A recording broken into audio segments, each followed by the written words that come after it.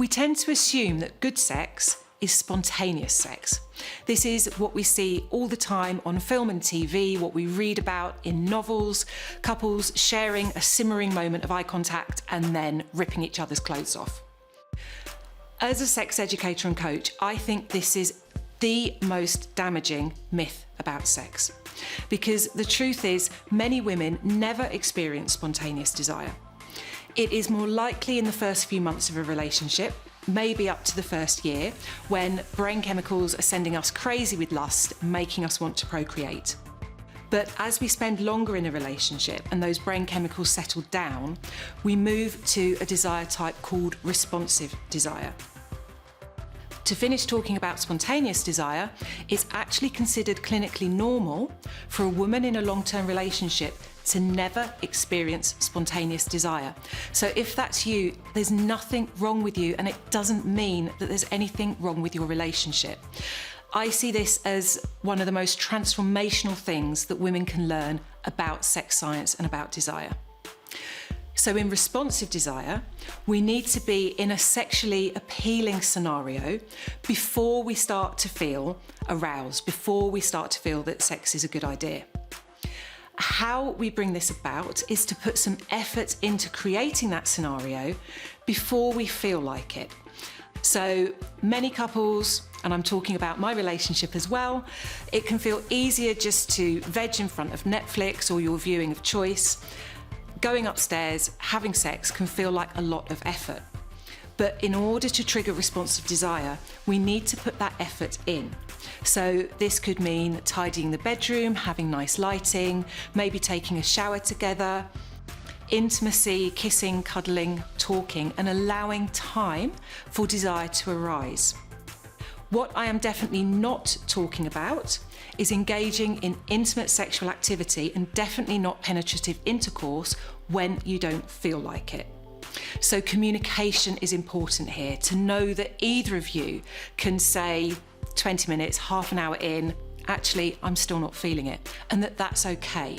Sometimes just the knowledge that that's okay is what can allow us to relax, and when we're relaxed, desire's more likely to arise.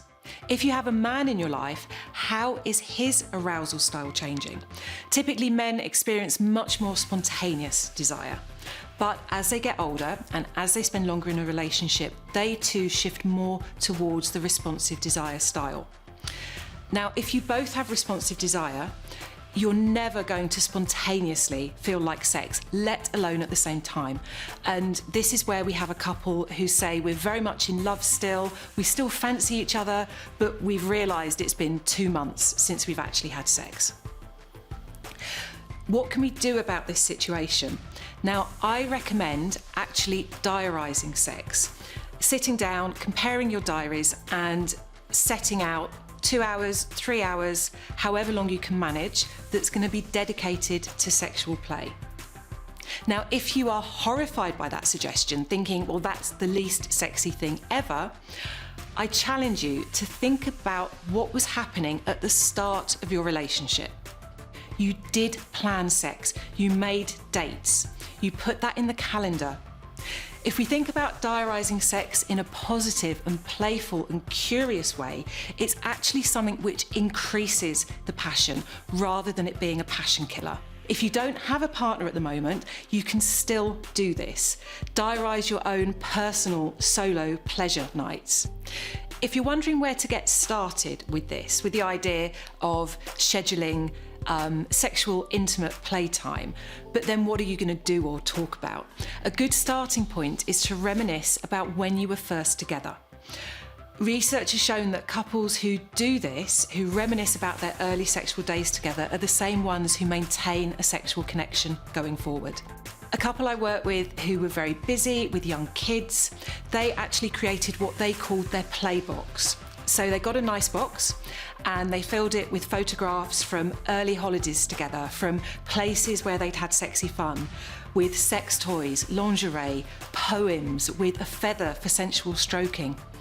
And what they did on a date night where they were feeling tired, lacking inspiration, and could easily have just sat on the sofa, instead they got this box out and they took turns to take one thing out of the box at a time and to use that as inspiration. So we can think about libido dropping and our desire style shifting as a downward spiral when we don't understand what to do about that.